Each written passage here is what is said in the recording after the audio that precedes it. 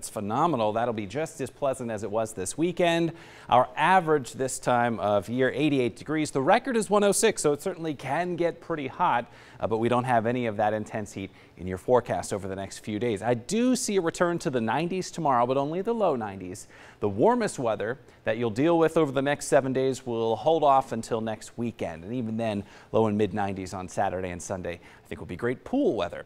Temperature tracker this morning, pretty cool, down in the 60s to near 70 degrees from now through 8 o'clock this morning. We'll slowly climb through the 70s as the morning wears on. Only 80 degrees at lunchtime. That's not bad at all. And you can see low 80s giving way to mid 80s as we head toward 3, 4, 5 o'clock this afternoon. So a really nice Monday. Temperatures will eventually peak around 86 in Las Vegas by 3 or 4 p.m. Same around Henderson. Summerlin, you're almost always about 4 or 5 degrees cooler than we are near the Strip. So 80, 81 degrees. That'll be about it for you on that higher elevation west side of the valley. 85 North Las Vegas. Out toward Pahrump, you're in the 60s this morning. You're high in Pahrump, 82 this afternoon. Laughlin, you'll sneak up to 91 today. That's the warm spot around Clark County. And oh, by the way, Mount Charleston, you are in the 30s and low 40s this morning. And if you see the weather ticker at the bottom of your TV screen, you'll notice there may actually be a few pop-up showers around the mountains. The Spring Mountains to our west, the Sheep Range to our north, this big counterclockwise swirl of moisture. There's not a lot of rain, but we are still dealing with this cool upper level low pressure, and you can see it just kind of swirling around as we make it into our Monday afternoon. As we slide into Tuesday and even Wednesday, that system does start to weaken. It pulls north just a little bit, but it's going to be close enough to us that we're actually going to expect to tap into some wind as we talk about Tuesday and specifically Wednesday afternoon. Wednesday will be the windiest day that we deal with this week. Temperatures late tonight cooling back off. Really great sleeping weather over the weekend. We woke up to cool mornings. That'll be the case the next couple of mornings. 65, my overnight low temperature forecast here in Las Vegas. There is a return to some more warmth. Temperatures a little above average Friday and especially this upcoming weekend. No real organized wind to worry about for your weekend plans. It's a ways off, but never too early to look. 93 on Saturday, 95 on Sunday. In the meantime, today's going to be the coolest day that we enjoy this week, the high only getting up to 86. We will track some breezes tomorrow afternoon and then more wind anticipated on Wednesday. Guys, coming up in just a moment, we'll talk about the UV index and we'll also get a little more specific about which areas close to Las Vegas could catch a couple of showers later today. Justin, thanks. A major road closure will take place this weekend as dozens come into town for EDC. It's bad timing. The 95 is going to be shut down at the 15 starting Friday. Oh, yeah, that is bad timing. Yasmin turns us now to give us an early warning about the problems and detour you will face. It's always packed right there EDC weekend, so I can only imagine what it's going to be like. It's going to be a mess, and NDOT said the problem is they had to do it this weekend because next weekend is Memorial Day, so this upcoming weekend, I guess, is the best option. So here's what you need to know. Friday night, the 95 is going to be shut down both directions at 10 o'clock on Friday all the way until 5 a.m. Monday morning. So you were just going to want to avoid the area altogether. The 15 will stay open, so if you need to go through the resort corridor, that's going to be okay, but you're not going to be able to access the 95 right at the Spaghetti Bowl. Speaking of the Spaghetti Bowl, here's what it looks like out live right now.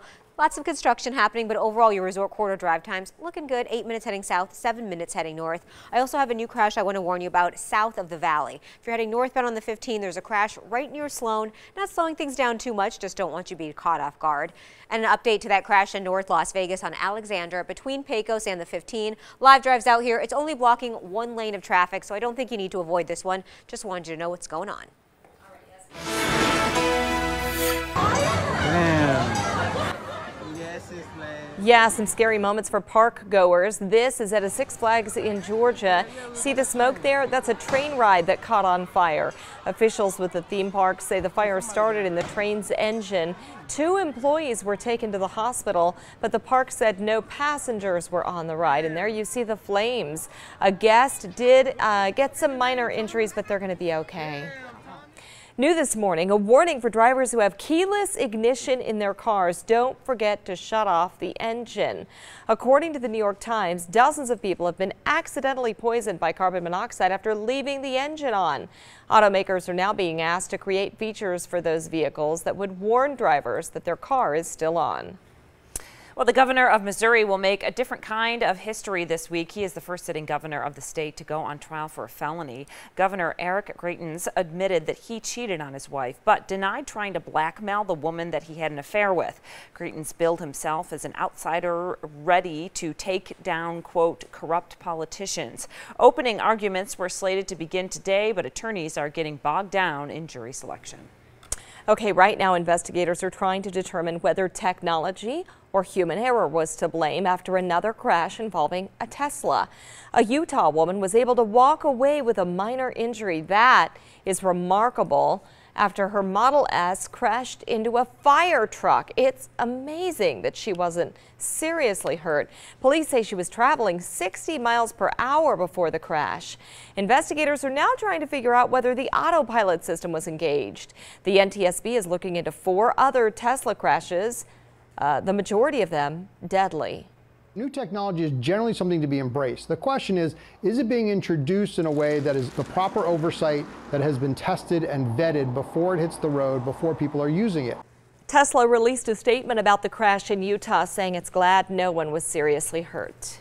Good morning, Las Vegas. It's 4:51 now. Just in time for summer travel, some credit cards are offering customers a way to skip the security checkpoints at the airport. And one baby name is going out of style. Why Amazon may be to blame. Okay, if your evening commute takes you anywhere near the Thomas and Mack Center, you may want to avoid it this evening. Yeah, at 6 p.m. there's going to be